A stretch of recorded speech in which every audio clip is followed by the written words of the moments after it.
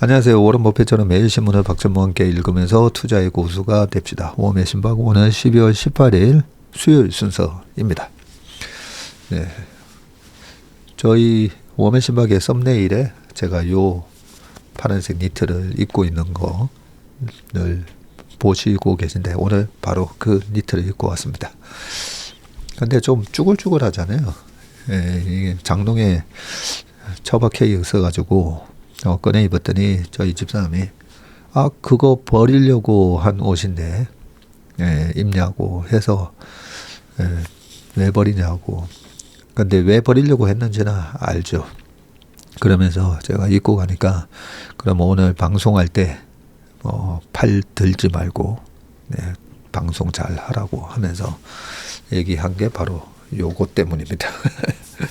여기 이제 빵꾸가 난 게 벌써 작년 겨울에 입을 때 빵꾸가 났는데 그걸 버리려고 하길래 제가 버리지 말라고 얘기해서 이번 겨울에도 입는데 그 법정사님의 무소유에 보면 그 인연에 관한 얘기를 해놨잖아요.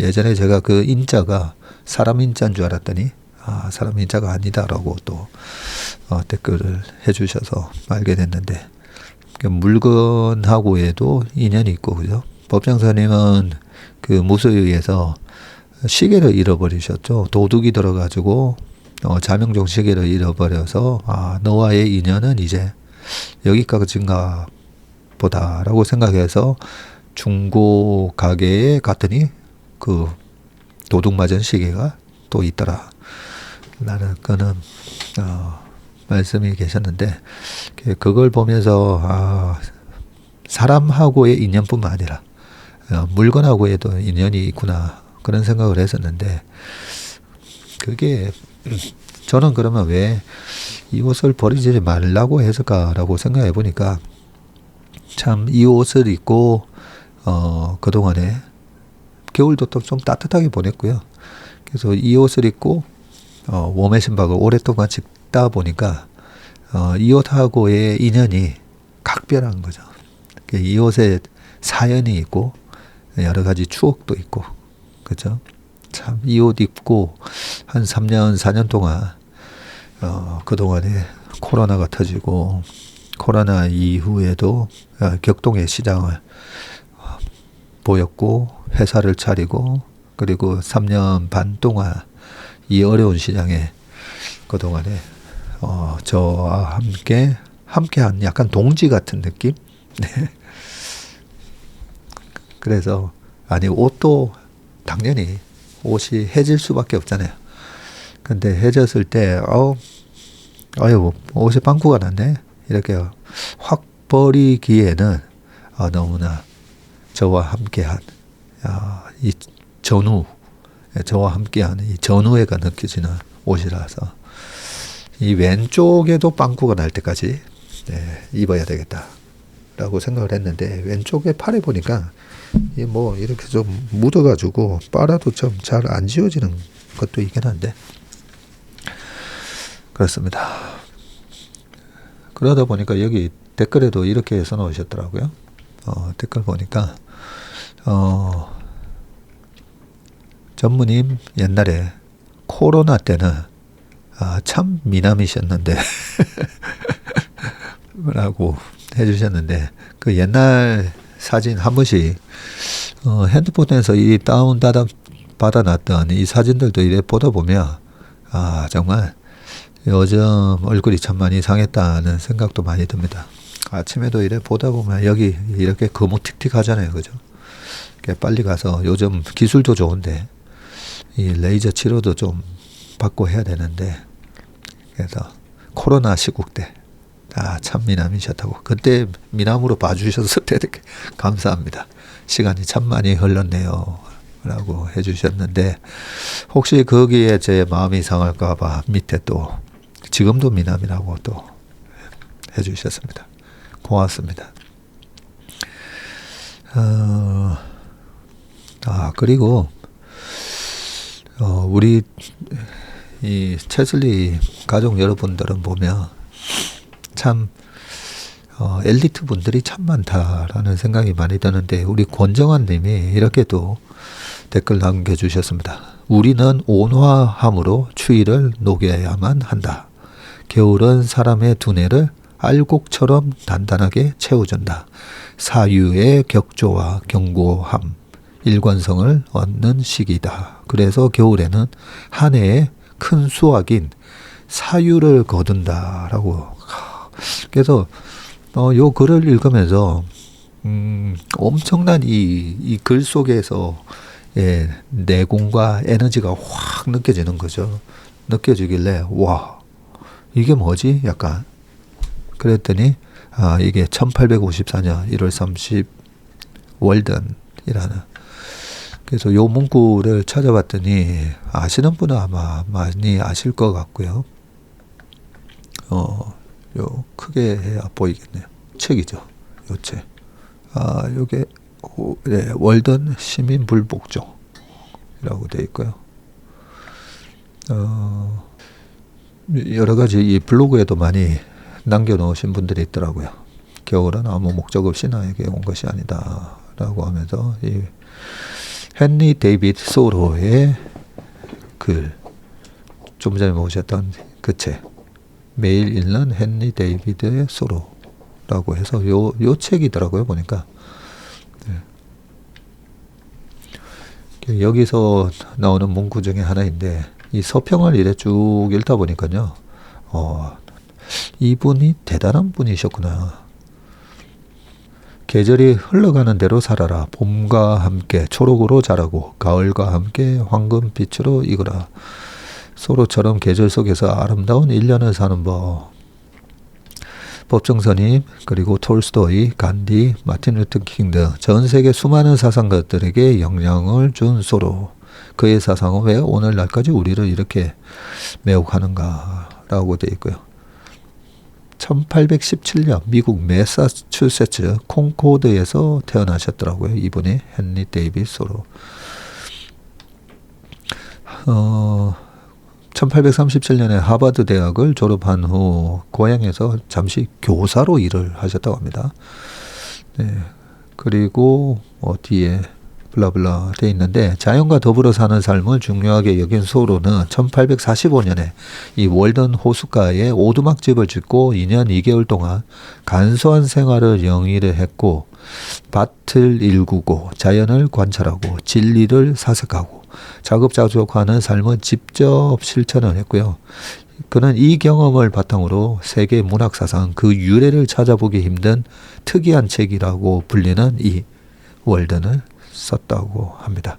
물욕과 상업주의, 국가에 의한 불의에 항거하며 자신의 인생을 자연과 삶의 진실에 바치기로 하고 그 실험을 그대로 실천한 기록이 된 이 책은 이후 시대의 시인과 작가, 사상가들에게 지대한 영향을 미쳤다고 합니다.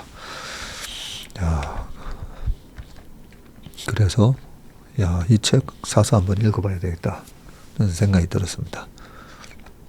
좋은 댓글을 남겨주셔서 고맙습니다. 아무튼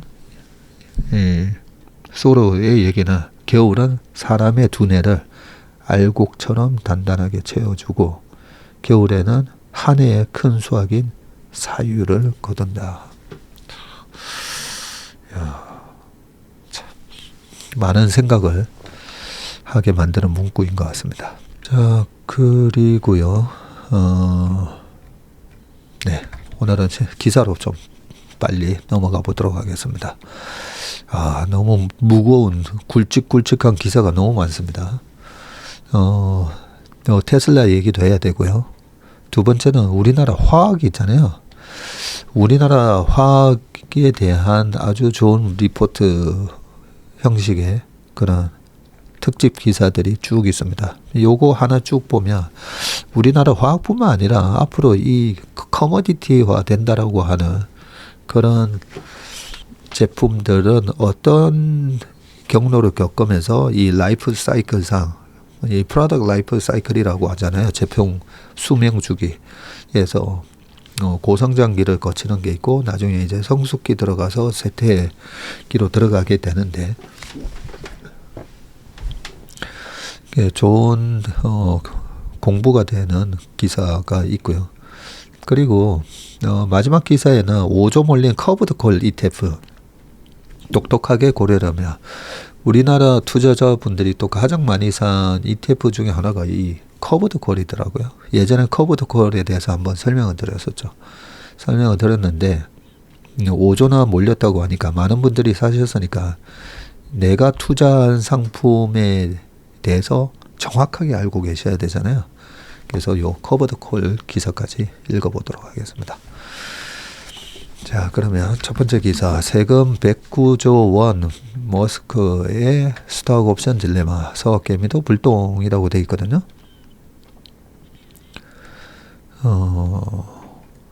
내용을 좀 볼게요. 요 사진을 내는 아들 XCSA.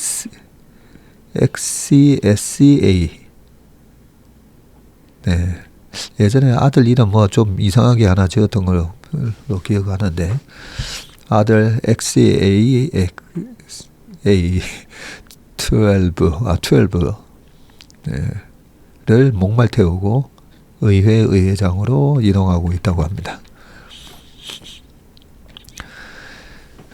지난 2일 미국 델러웨어주 판사 캐슬린 맥코믹이 앨런 머스크의 스톡 옵션 패키지에 제동을 걸자 테슬라 이사회가 고민에 빠졌고요. 신규 스톡 옵션을 제공을 하면 머스크의 과세율이 달라지는데 그 사이 테슬라 주가도 2배 이상 뛰어가지고요. 테슬라의 회계 비용도 눈덩이처럼 불어나게 됐고요. 결국 주주들의 부담으로 돌아갈 수 있다는 우려가 나온다고 합니다.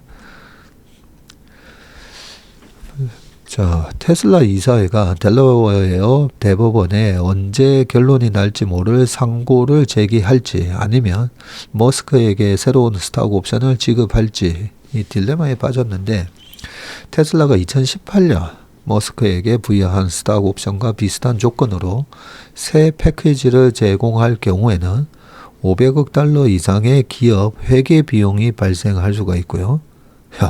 70조다, 그죠? 지금 환율로 따지면 우리나라 돈으로 70조가 넘는 회계 비용이 발생할 수 있는데 머스크 역시 주식의 최대 57%에 달하는 징벌적 세율이 적용이 된다고 합니다. 테슬라는 2018년 머스크가 매출을 15배, 기업 가치를 12배 늘릴 경우에는 테슬라 주식 3억 4백만 주를 23.34달러에 행사할 수 있는 스톡 옵션을 부여했고요. 당시로서는 불가능해 보였던 이 목표를 머스크는 2023년까지 달성을 했습니다. 패키지를 받을 당시에는 행사 조건이 충족되지 않아서 미 세법 409A 조항에 따라서 예외적으로 과세가 연기됐었는데요. 그러나 델러웨어 법원이 머스크의 스톡 옵션이 과하며 스톡 옵션 부여 당시에 이 이사회의 독립성이 의심된다는 이유로 이를 재차 무효화하면서 셈법이 복잡해졌죠. 4월 테슬라는 2018년 스톡 옵션 패키지를 취소하고 머스크에게 기존과 같이 3억 4백만 주를 매수할 수 있는 신규 스톡 옵션을 재발행할 경우에 관련 회계 비용이 250억 달러가 넘는다고 추산을 했고요. 4월 1일 테슬라 주가가 175달러를 기준으로 계산한 액수였고요. 그 후 8개월 새에 테슬라 주가가 164%나 뛰었습니다. 해당 스톡 옵션 관련 테슬라가 치러야 할 회계 비용이 그만큼 늘어났다는 뜻이기도 하고요. 그때 요 기사 읽었던 기억이 나는데 그게 4월 달이었네요. 자, 테슬라가 상고해서 이기며 머스크는 2018년 스톡 옵션을 행사해서 주식 보상에 대한 표준 연방세율 37%만 납부하면 되고요. 그러나 상고에서 져서 새로운 보상 패키지를 발행하며 스톡 옵션을 행사할 수 있는 재무 조건이 이미 달성됐기 때문에 그간 연기됐던 보상 패키지 전체에 대해서 즉각적인 과세가 발생한다. 이 경우 머스크는 20%가 더해져서 57%의 세율을 적용받게 되는데요. 테슬라 한 주당 16일 종가 463달러 대비 행사가 23.34달러의 차이를 계산해보면 차액은 1336억 달러로 머스크가 내야 될 세금이 762억 달러, 한 110조 정도 되고요. 자산 4천억 달러의 머스크에게도 피눈물 나는 액수인데, 머스크는 22년 초 자신의 X에 작년에 개인 역사상 가장 많은 세금을 냈다고 게시한 바 있습니다. 머스크가 20%의 추가 세율을 피하려면 테슬라가 상고에서 이겨서 기존 보상 패키지를 사수하거나 현재가 1290억 달러 상당의 테슬라 주식 3억 400만 주를 회사로부터 직접 받는 방법뿐입니다. 이렇게 하면 머스크에게는 37%의 표준 세율이 적용이 되지만 회사는 여전히 상당한 회계 비용을 부담해야 하고요. 머스크가 추후 5년간 보유 주식을 팔지 않게 묶어둘 방법도 부족하고요. 머스크가 세금을 충당하기 위해서 한꺼번에 주식을 팔게 되면 테슬라 주가에 부담이 된다.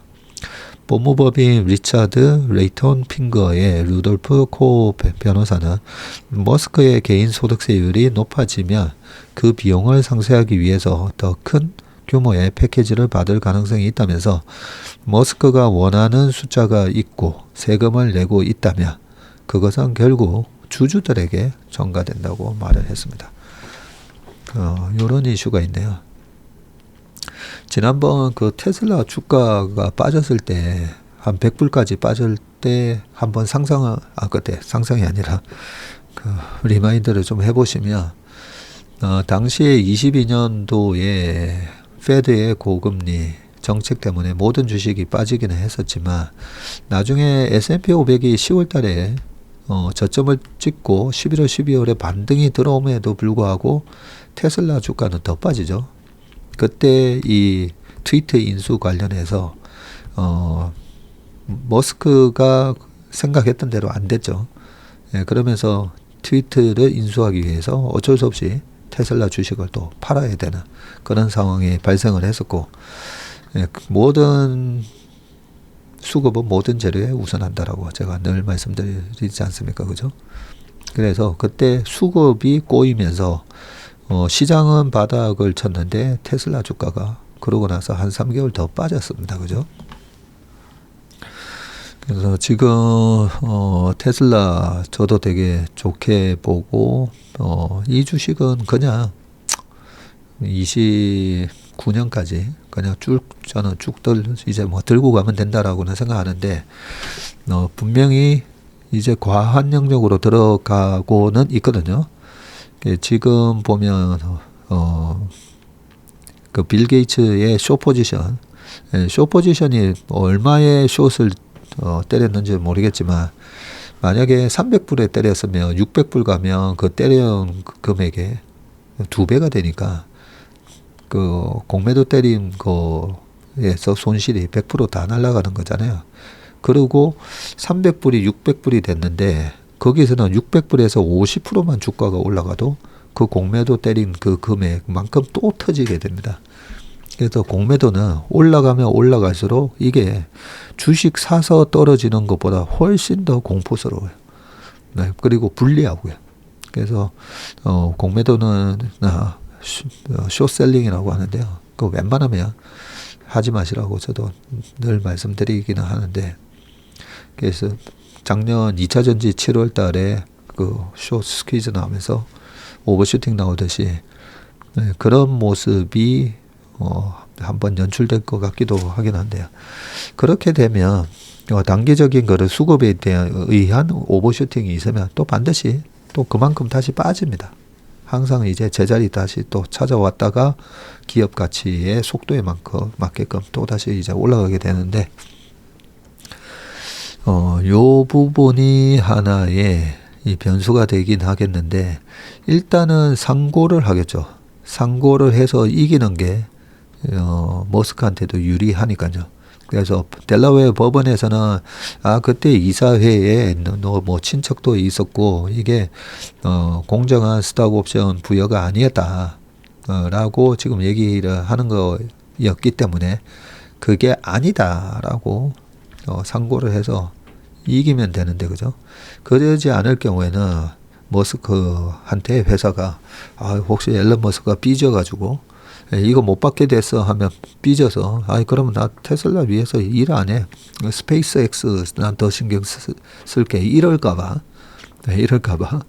그래서 머스크한테 그에 상당하는 비슷한 스탁 옵션을 줘야 되는데, 주가가 이미 이렇게 많이 올라가 있는 상황에서 23불 가격으로 주게 되잖아요.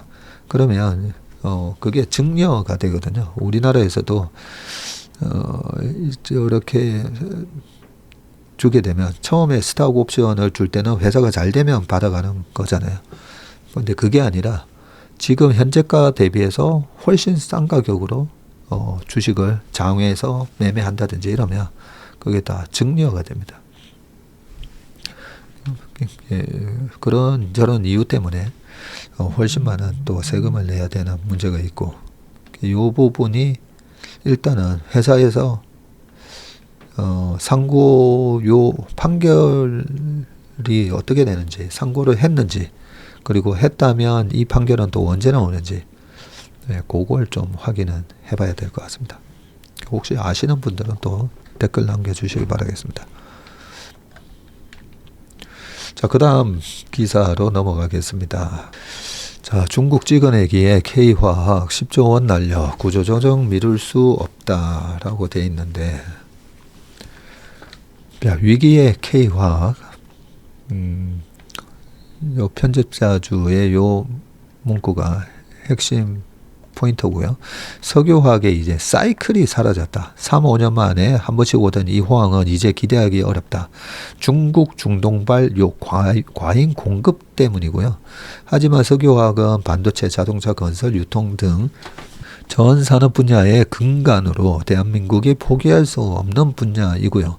골든타임 안에 사업 혁신과 구조조정이 이루어져야 하는 이유다. 그러니까요, 이 석유화학이 안 쓰이는 데가 없잖아요. 정말 산업의 쌀입니다, 석유화학이. 근데 이 공급 과잉이 되면 보통 이 다운 사이클로 들어갔을 때 구조조정이 확 되면서 망하는 기업들 막 나오고, 그러면 캐파가 축소돼서 또다시 다음 경기 상승 사이클에서 수요는 늘고 공급은 줄고 이러면서 또 올라가고 하는데, 이 중국하고 중동의 이 과잉 공급이 해소가 안 되고 있는 거죠.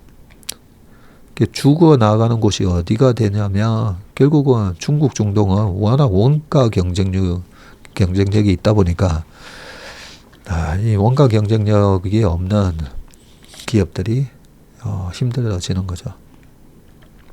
자, 석유화학 빅4의 합산 영업이익 추이입니다. 2020년, 2021년, 이때 코로나 때문에, 그죠?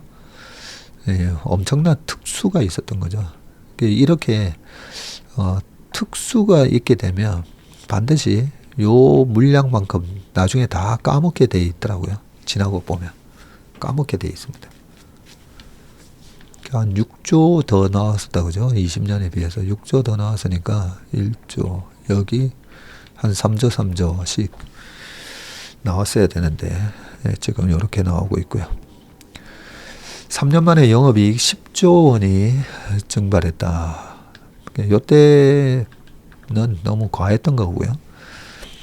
고강도 구조조정을 거쳐서 트렌드 세터로 다시 태어나는 것만이 K화학의 유일한 탈출구로 거론이 되는데, 석유화학 빅4 우리나라의 LG화학, 그리고 롯데케미칼, 하나솔루션, 그리고 금호석유, 지난 3분기 기준 올해 누적 영업 손실이 3분기까지만 해도 5천억 적자가 나오고 있습니다. 21년만 해도 모두 조 단위 영업이익을 기록하면서 도합 9조 원을 넘게 벌였던 화학 4사지만 22년부터 하나둘 적자로 돌아섰고요. 글로벌 경기 불황 속에 중국발 범용 화학 제품 찍어내기에 직격탄을 맞았고요. 화학 산업의 쌀격인 이 에틸렌의 경우 최근 글로벌 증설의 50에서 60% 수준이 중국에서 이루어지고 있는 것으로 파악되고요. 중국 내수 경기가 침체된 가운데 남아도는 화학 제품들이 저가의 글로벌 시장으로 쏟아져 나오기 시작했고 이는 K화학의 경쟁력 저하를 불러왔습니다. 이제 화학산업에 사이클은 없다라는 말이 나오고 있고 경기 회복으로 범용 제품 수요가 늘어난다고 해도 이 과실은 값싼 인건비의 중국 혹은 원료를 보유한 중동이 가져갈 게 유력하고요. 백화점식으로 PE, PP 그리고 PVC, 폴리에틸렌, 폴리프로필렌, 폴리염화비니드 범용 라인업을 구축해놔 봐야 물량과 가격 경쟁력에서 이들을 이길 수 없기 때문입니다. 자, 변화만이 살 길인데 기업 차원에서 우선 슬림화 등 고강도 조직 개편이 진행되고 있고요. 기존의 조직을 가볍게 하고 의사결정을 빠르게 한 후 범용에서 스페셜티로의 전환에 속도를 내기 위한 취지이고 사업 매각, 축소, 인원 감축 등 과정을 거칠 수밖에 없는데 백화점에서 팝업 스토어와 같은 트렌드 세터로 변하는 과정이다. 백화점에서 팝업 스토어 같은 트렌드 세터 이런 걸 트렌드 세터라고 얘기하나 보네요. 앉아서 사이클을 기다리는 게 아니라 반도체, 전기차, 드론, AI 등 새로운 산업 트렌드에 필요한 소재를 찾기 위한 시도가 이어진다. 정부도 지원책 마련에 나서고 있는데 적시에 과감한 구조조정을 유도할 수 있어야 한다는 평가이고요. 업계에서는 범용 소재를 특정 기업에 몰아주고 나머지는 스페셜티에 집중하는 팀 코리아 방식까지 언급이 됩니다. 최창윤 3일 PwC 파트너 전문은 고통스럽지만 과감히 구조조정을 단행하는 게 그나마 남은 골든타임을 지키는 길이라면서 통폐합 이후 제기될 수 있는 독과점 문제에 있어 예외를 두는 등 필요하면 특별법도 제정해야 한다고 말을 했습니다. 자, 이 해결책이 뭔지 그죠? 궁금한데 이 후속 기사가 계속 나옵니다. 자, K화학 마누라 빼고 다 바꾼다. 속도감 있는 혁신이 키워드라고 되어 있습니다.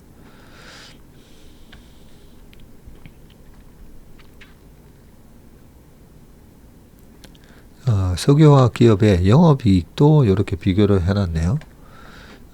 LG화학 영업이익 한 4조 벌다가 적자. 지금 24년 3분기입니다. 요 까만색은. 롯데케미칼도 1조 5천억 벌다가 적자. 그리고 하나솔루션도 1조 벌다가 670억. 금호석유화학은 2조 4천억 벌다가 2,600억. 그나마 금호석유는 수익을 내고 있습니다.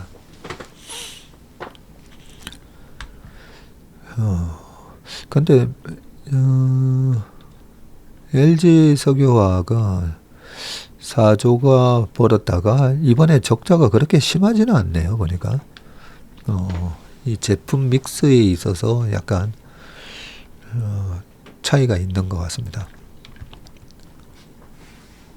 요 보시는 사진은 LG화학의 여수 NCC 모습이고요. 자, LG화학은 최근 6개의 PVC 라인 중 2개를 초고 중합도 PVC 전용으로 바꾸는 작업을 진행 중이고요. 기존 PVC 대비 내열성과 내구성이 우수해서 전기차 충전기 케이블 등에 활용할 수 있는 스페셜티 소재다. 기존 PVC 대비해서 내열성과 내구성이 우수해서 전기차 충전기 케이블 등에 활용할 수가 있군요. 중국과 중동이 대량 생산 가능한 범용 제품인 PVC로는 더 이상 시장에서 승부를 보기 힘들다는 판단에서다. 근데 여기도 뭐 스페셜티 이런 게 그동안에 한 1년 동안에 반도체에서 얘기하던 거랑 지금 똑같은 용어들이 나옵니다. 그죠? 범용이 아니라 이 스페셜티, 뭐 특수 소재, 특수 반도체 그런 것처럼 화학기업들은 이 같은 방식의 변화에 매진하고 있는데 백화점식 포트폴리오를 구축해 놓고 3년에서 5년 사이 돌아오는 호황 사이클을 기다리는 패러다임은 완전히 무너졌고, 이미 값싼 인건비를 앞세운 중국이 글로벌 에틸렌 증설 물량의 절반가량을 차지하고 있는 상황이라고 합니다. 글로벌 에틸렌 증설 물량의 절반이 중국. COTC, 정유석유화학 통합시설로 원유에서 화학제품을 일괄 생산하는 중동의 에틸렌 생산 손익분기점은 우리나라 화학업체의 3분의 1밖에 안 된답니다. 손익분기점이 중동은.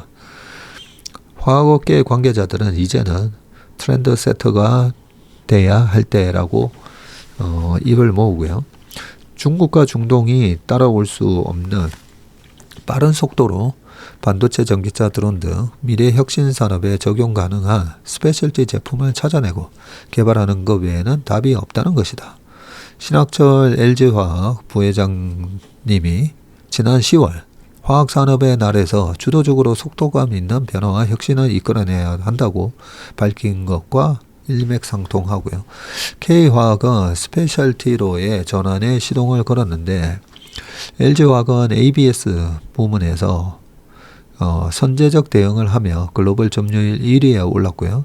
특히 열 변형 저항성이 뛰어난 내열 ABS에서 압도적 경쟁력을 바탕으로 자동차 내외장재 시장을 공략하고요. 반도체 세정액인 C3 IPA 역시 LG화학의 기대주라고 합니다.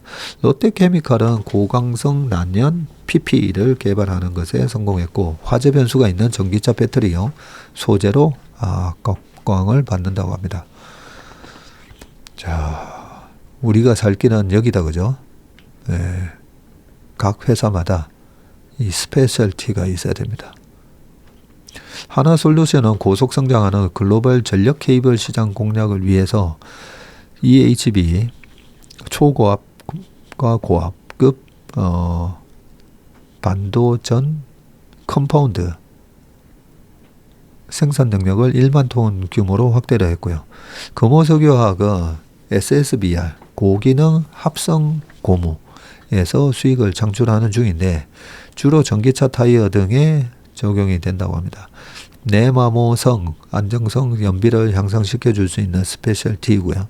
코롱 인더스트리의 경우에는 PMR이라고 하는 고순도 방향 좁게 석유 수지를 내세워서 고성능 타이어와 전기 케이블 시장에 대응하고, 애경 케미칼은 슈퍼섬유 아라미드의 원료인 TPC 생산 라인 구축에 나섰고, SK케미칼은 재활용 플라스틱에서 승부수를 띄우고 있다고 합니다.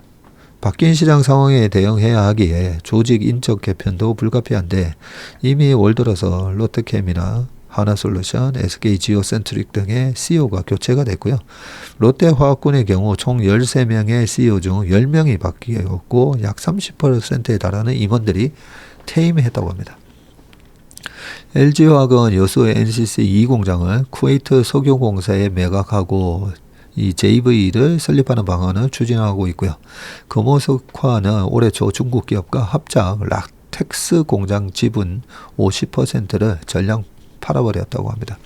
이런 개편을 통해서 가벼워진 조직은 속도감 있게 스페셜티로 전환할 수 있는 원동력이 될 수 있는데, 실탄 마련을 통한 신소재 투자도 가능하고요. 과감하면서도 빠른 사업 조정이 필수다. 그만큼 중국 등의 추격이 매서운데, 예컨대 최근까지 스페셜티로 분류됐던 태양광용 소재인 POE의 경우 중국의 공격적인 생산 확대에 이젠 범용으로 분류되기 시작했습니다. 화학계 관계자는 안주하고 앉아 있을 시간이 없다면서 화학기업들이 전기차 소재 등 신사업을 추진하다가 이 캐점 영향을 받아 실적이 더욱 악화된 측면도 있지만 미래의 성장이 예정된 시장이라면 그 방향으로 속도감 있게 나아가야 할 것이라고 얘기했습니다. 후속 기사가 2개나 더 있거든요. 자, 세 번째 요 시리즈, 석유화학 생존을 위한 빅딜, 정부가 적극적 대응이 절실하다라고 되어 있는데요. 석유화학 산업의 구조조정에는 기업과 정부 모두가 동의하고 있다. 문제는 강도와 타이밍인데 골든타임을 놓치지 않으려면 정부가 보다 적극적인 역할을 해야 한다는 의견에 힘이 실리고요. 업계 부처에 따르면 정부는 이달 중에 석유화학 경쟁력 강화 방안을 발표하는 게 목표이고 여기에는 화학업계의 구조조정을 유도하기 위한 정부의 지원책이 담길 것으로 보입니다. 최상목 장관은 지난 11일 석유화학 등 글로벌 과잉 공급으로 어려운 업종에 대해 선제적 사업 재편을 유도해 나가겠다고 예고를 했고요.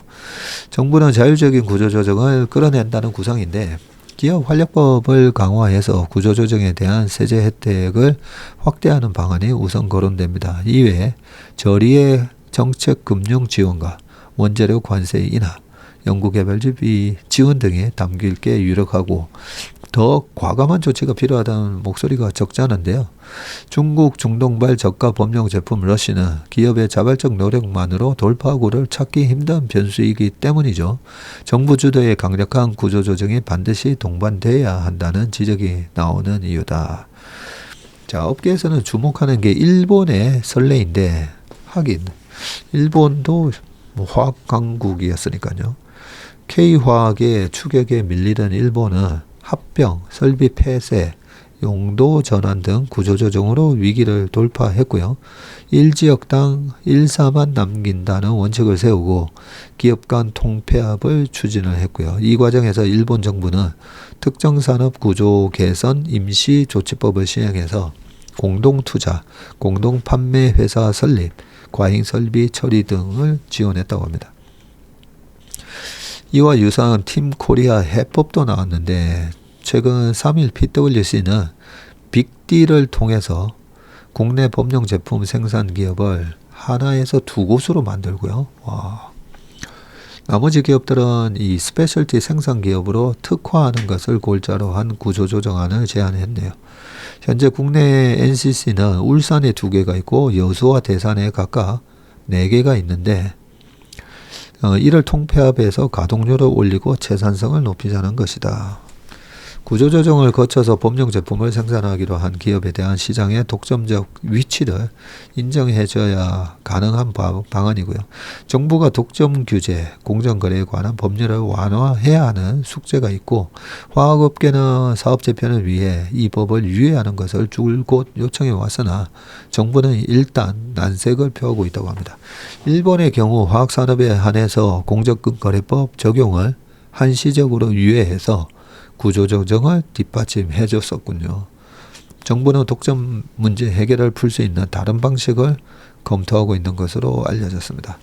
결국 일본의 사례를 분석해서 K화학에 적용해야 한다는 의견에 힘이 실리고 있는데 과거 일본이 그랬던 것처럼 K화학이 중국의 물량에 밀리는 상황이기 때문이고 산업부 역시 일본 석유화학 주요 정책 및 현황 조사 연구에 관한 용역을 긴급 발주했고요. 다만 초유의 계엄 후 탄핵 정국 속에서 화학산업을 구할 수 있는 이 골든타임을 놓칠 수 있다는 우려가 증폭되는 중이라고 합니다. 최창륜 3일 PwC 전문은 지금 석유화학 산업에 닥친 위기와 경쟁의 강도가 역대급인 상황으로 10년에서 20년 미래에 대한 정부의 준비와 대응이 절실하다면서 B2C 사업도 아닌 석유화학 산업 구조조정에 대해서 공정위 등이 소극적이거나 부정적인 자세를 견지하는 것에 아쉬움이 크다라고 얘기를 했군요. 자, 일단은 대안을 제시를 해줬는데 그죠? 이 말처럼 참 쉽지는 않을 겁니다. 이 빅딜을 하면서 결국은 말 그대로 이제 구조조정을 하는 건데 참 구조조정을 통하면 노동자 해고 등 여러 가지 문제가 있을 수가 있고 거기에 또 많은 저항이 있을 수가 있고 그죠? 그것뿐만 아니라 이렇게 공정거래법이랑 여러 가지 좀 법적 문제도 있는데 일단 일본식 해법을 제시를 했네요. 자, 마지막 마지막 기사인데 석유화학 2025년에는 반등할까 부분입니다. 글로벌 에틸렌 설비 증설 추이가 쭉 나왔고요. 22년, 23년, 24년, 25년. 일단 증설 자체는 계속 줄어들고 있었네요. 그러다가 26년에 확 늘어난다고 되어 있습니다. 자, 3년 침체를 이어온 석유화학 업계의 내년 전망은 일단 나쁘지는 않고요. 글로벌 설비 증설 속도가 꺾이며 업계를 짓눌렀던 공급 부문에서 숨통이 다소 트일 전망인데, 트럼프 2기의 셰일 오일 증산 방침이 현실화하며 유가 안정화로 석유화학 기초 원료인 나프타 도입 가격이 내려가서 원가 압박도 거칠 수가 있고요. 이 덕에 업계가 흑자로 돌아선다는 관측도 나옵니다. 하지만 2026년부터 재차 대규모 글로벌 설비 증설이 예정돼 있어 내년 업황 회복이 현실화해도 동족방뇨다. 업계가 내년이 2026년부터 더 매서워질 위기를 구조적으로 개선할 골든타임이라고 입을 모으는 이유군요. 업계에 따르면 대표적 석유화학 수익성 지표인 이 에틸렌 스프레드, 에틸렌에서 원료인 나프타 가격을 뺀 금액입니다. 자, 이 에틸렌 스프레드는 이달 초 241달러를 기록을 했고요. 업계 손익분기점이 통상 210에서 230달러라는 점을 감안을 하며 이달 들어서 그나마 이 흑자 전환의 발판이 마련된 셈이네요. 평균 스프레드가 169달러였던 올해 1에서 3분기. 야, 손익분기점이 한 220인데 올해 평균이 한 170달러였다고 합니다. 그러면 한 50불 정도가 팔면 팔수록 계속 손해였었네요. 이 빅4는 5천억대 누적 영업 손실을 냈죠. 반등 추세도 좋은데 지난 10월 124달러였던 이 에틸렌 스프레드가 11월에 204달러를 거쳐서 이제 240까지 올랐다. 스프레드 개선의 배경은 유가 하락이고요. 요 기사 좀 다 읽고 말씀드릴게요. 머릿속에 이제 떠오르던 옛날 기억들이 있어가지고요. 10월 초 배럴당 80달러에 육박한 두바이유 가격은 현재 73달러 선이고요. 이 덕에 원유에서 추출하는 석유화학 기초 원료 나프타의 가격이 같은 기간 톤당 700달러 수준에서 620달러로 내려가며 원가 부담이 개선됐습니다. 유가만 안정이 돼도 석유화학업계의 마진 구조가 확보되는 셈이고요. 장기 부진에 요게 중요한 얘기다, 그죠? 유가만 안정돼도 석유화학계의 마진 구조가 확보된다. 요거 기억해 놓으시고요. 장기 부진에 허덕인 업계가 내년 유가 전망에 촉각을 세우는 이유인데 오펙 플러스 러시아입니다. 와 함께 국제 유가 결정권을 쥔 미국의 정책 동향을 고려하며 내년 전망은 긍정적인데, 트럼프는 재임 기간 셰일 오일 생산량을 2배로 늘리는 한편 내년 미국 휘발유 가격을 절반 낮춘다는 계획입니다. 지정학적 변수 탓에 한치 앞을 예단하기 어려운 유가지만 3년 침체의 고리를 끊으려는 업계에는 가뭄의 단비와 같은 소식이고요. 무엇보다 내년에 업계 침체의 핵심 원인이던 글로벌 설비 증설 속도가 의미 있는 수준으로 떨어질 가능성이 높고요. 이것도 중요하죠. 글로벌 설비 증설 속도가 의미 있게 떨어지는데, 황교안 유한타 증권연구원은 올해 613만 톤 규모인 글로벌 에틸렌 순정 증설 규모가 내년에는 423만 톤으로 감소하며 공급 압박이 줄어들 것이라고 했고요. 유럽의 가격 경쟁력을 잃은 설비들이 폐쇄에 나선다는 점도 공급 측면에서는 청신호이고요. 내년에 이탈리아의 ENI의 연산 97만 톤 규모 에틸렌 설비가 폐쇄가 되군요. 이에 그동안 공급과 원가 충격을 가장 크게 받은 롯데케미칼이 내년에는 흑자 전환될 수 있다는 관측이 나옵니다. FN 가이드에 따르면 롯데케미칼은 내년에 1,044억 원의 영업이익을 낼 전망이다라고 되어 있습니다. 하지만 이 같은 반등은 글로벌 증설 계획의 큰 틀에서 볼 때 현실화하더라도 1년짜리에 그칠 공산이 크다는 게 업계 중론이고요. 올해 423만 톤으로 내려갈 증설 규모는 2026년이면 다시 또 1335만 톤으로 수직 상승한다고 합니다. 하나투자증권에 따르면 2025년에서 27년 예정된 글로벌 에틸렌 증설 규모는 3,150만 톤이나 되네요. 2025년 한 해만 잠시 쉬어가는 구간일 뿐이라고 하고요. 오히려 25년에서 27년 연평균 증설 속도는 그동안 업계가 고전한 22년에서 24년의 연평균이 800만 톤을 훌쩍 뛰어넘는 1,050만 톤이다. 중국이 이 같은 증설 속도전을 주도하고 있고 25에서 27년 글로벌 증설의 약 65%가 중국에서 진행됩니다. 무시무시하다, 그죠? 한 업계 관계자는 내년 3년 만에 업황이 회복된다면 더 매섭게 다가올 위기를 대비하기 위한 시간을 벌게 된다는 의미라면서 내년이 정부와의 2인 3각으로 경쟁력을 정비할 골든타임이라고 말을 했습니다. 이 어마어마한 장치 산업이다 보니까 이 수급이 조금만 수요가 많아도 가격이 올라가고 또 공급이 좀만 많아도 또 가격이 이제 확 떨어집니다. 그런데 일단 내년에 공급이 많이 준다, 그죠?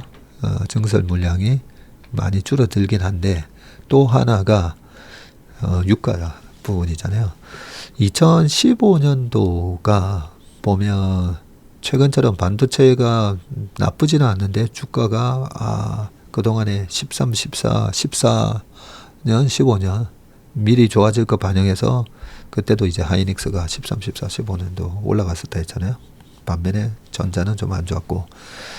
그리고 본격적으로 2016년 11월에 트럼프 당선 이후 PMI는 2017년부터 올라가는데 희한하게 석유화학 주가가 그때 15년부터 16년에 미리 올라갔었거든요. 그때 경기가 분명히 PMI나 이런 거 보면 안 좋은데, 그리고 15년만 하더라도요 PPI도 마이너스였거든요. 그래서 PPI가 플러스 돌아선 것도 2016년 10월 11월경인데 왜 그 케미컬 회사 주가는 올랐을까? 그게 바로 이 스프레드, 에틸렌 스프레드. 유가가 확 떨어지면서 이 납사의 원가도 떨어지게 되고 거기서 또 에틸렌을 만들어내는데 에틸렌 제품 가격과 납사 가격의 차이가 원재료 가격이 확 떨어지면서 벌어지다 보니까 수익성이 좋아지고 지금 약간 비슷한 분위기가 나오고 있네요, 보니까. 꺼진 불도 한번 다시 봐야 되는데 그런데 이 주식을 투자할 때 10년을 들고 가는 마음으로 10년 가져가지 이런 마음으로 투자를 해야 되는데 이 증설 물량을 보니까 좀 고민이네요. 반등은 내년 상반기에 들어갈 것 같긴 한데 석유화학 주가가 근데 내년 한 7월 언저리에는 도망 나와야 되겠다. 그리고 이 영업이익도 생각보다는 내년 상반기에는 좋게 나올 것 같은데, 그죠? 내후년에 이 어마어마한 증설 때문에 잘 도망 나오셔야 될 것 같습니다. 자, 마지막 기사입니다. 요즘 ETF 많이 하시니까 한번 보겠습니다. 5조 몰린 커버드 콜. 똑똑하게 고르려면 요게 핵심이죠. 똑똑하게 고르셔야 됩니다. ETF도. 그러려면 기초자산을 봐라 라고 얘기했습니다. 남용수 한투 상무님이시군요. 배당금 많아도 기초자산 하락하면 결국 손실이다 라고 돼 있는데, 자, 올해 ETF 시장 주인공은 단연 커버드콜 ETF라고 합니다. 연초 11개에 불과했던 상품 수가 32개로 늘었고요. 순자산은 7,900억에서 6조 3천억 정도로 5조 5천억 정도 늘었습니다.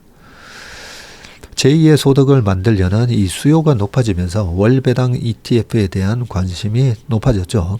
커버드콜 ETF의 경우에는 다른 월배당 상품보다 배당률이 높다는 장점이 있어서 자금이 몰렸고요.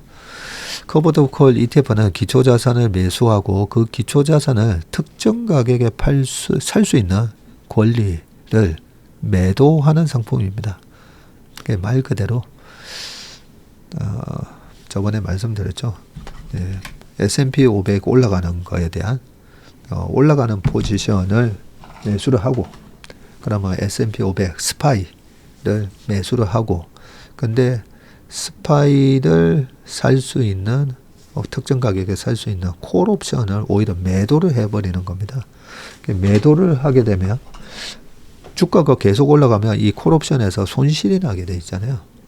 그래서 일정 수준 이상 올라가면 더 이상 수익이 안 나는 구조, 이렇게 됩니다.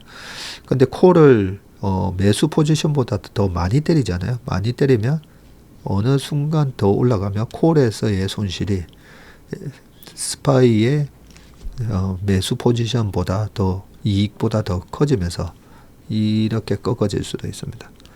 이 옵션을 몇 개를 얼마 수량을 어떻게 하는가에 따라서 이렇게 얼마든지 구조를 바꿀 수가 있습니다.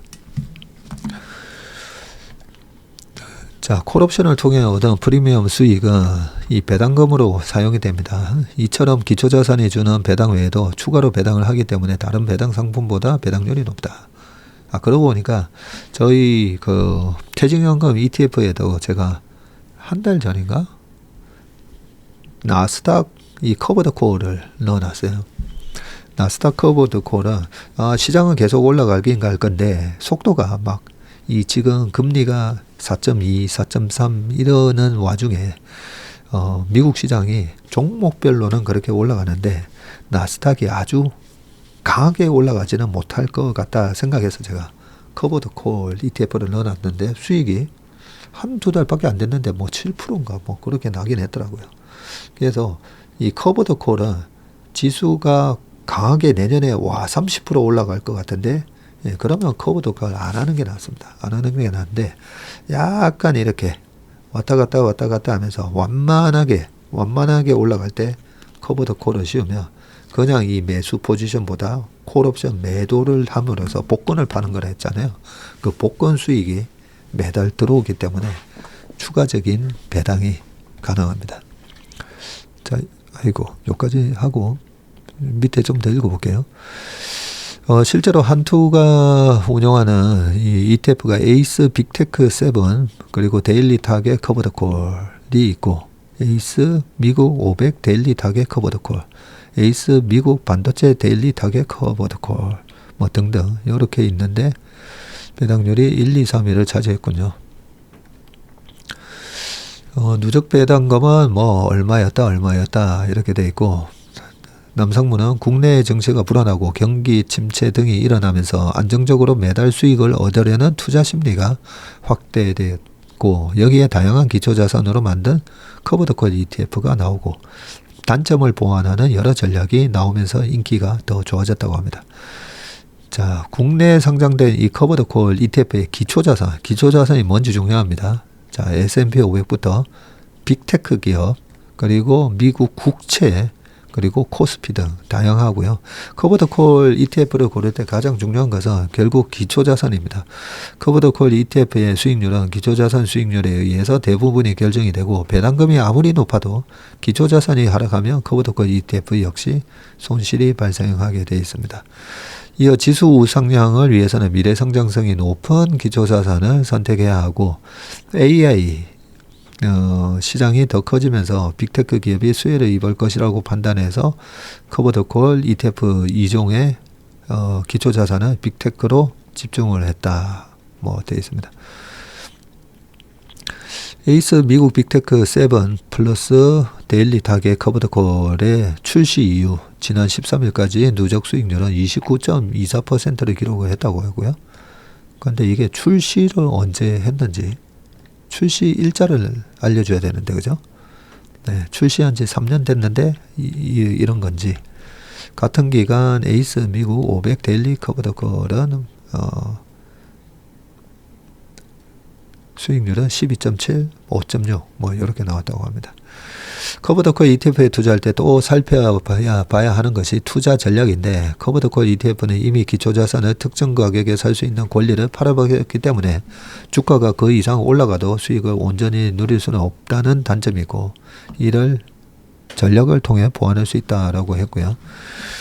자, 자, 한투 운용은 수익률을 높이기 위해서 제로 데이트 옵션을 처음으로 도입했는데, 제로 데이트 옵션은 만기가 24시간 이하인 옵션으로 매일 1을 팔아야 한다. 야, 만기가 하루짜리 콜옵션도 있나 보네요. 따라서 매일 현재가보다 1% 높은 옵션을 팔아서 지수가 1% 오를 때까지는 온전히 수익을 취할 수가 있고, 1% 넘어가면 이제 콜옵션이 손실이 나기 때문에 더 이상의 수익이 안 나는데, 지난 20년간 나스닥 지수가 1일 기준으로 1% 이상 상승한 날은 18%밖에 되지 않기 때문에 제로 데이트 옵션 전략을 사용하면 지수 상승을 82%는 따라갈 수 있다고 설명했습니다. 마지막으로 남상무는 재투자 수익률을 확인해야 한다고 조언했고요. 배당금을 얼마나 주느냐도 중요하지만 사실 원본액을 깎아 먹으면서 배당금을 주는 것은 의미가 없죠. 재투자 수익률이 낮다는 것은 콜옵션을 통해 얻은 프리미엄보다 기초자산을 팔아주는 배당금이 더 많다는 뜻이라고 했습니다. 네. 아무튼 커버 더 콜, 우리나라 지수가 요즘 왔다 갔다 하잖아요. 그러면 코스피 커버 더 콜을 만약에 내년 상반기까지는 시장이 계속 여기서 왔다 갔다 할 것 같아 라고 생각하시는 분은 코스피 커버 더 콜도 괜찮아요. 빠지는 거는 또 PBR이 워낙 낮으니까 2400깨지면 또 올라올 거고, 그리고 하지만 올라갈 때는 또 제한적일 거야. 예, 그럴 때는 코스피 커버 더 콜 이런 것도 괜찮은데, 내년에 지수 3천 갈 것 같은데 뭐 이렇게 하신다면 커버 더 콜 씌우시면 안 됩니다.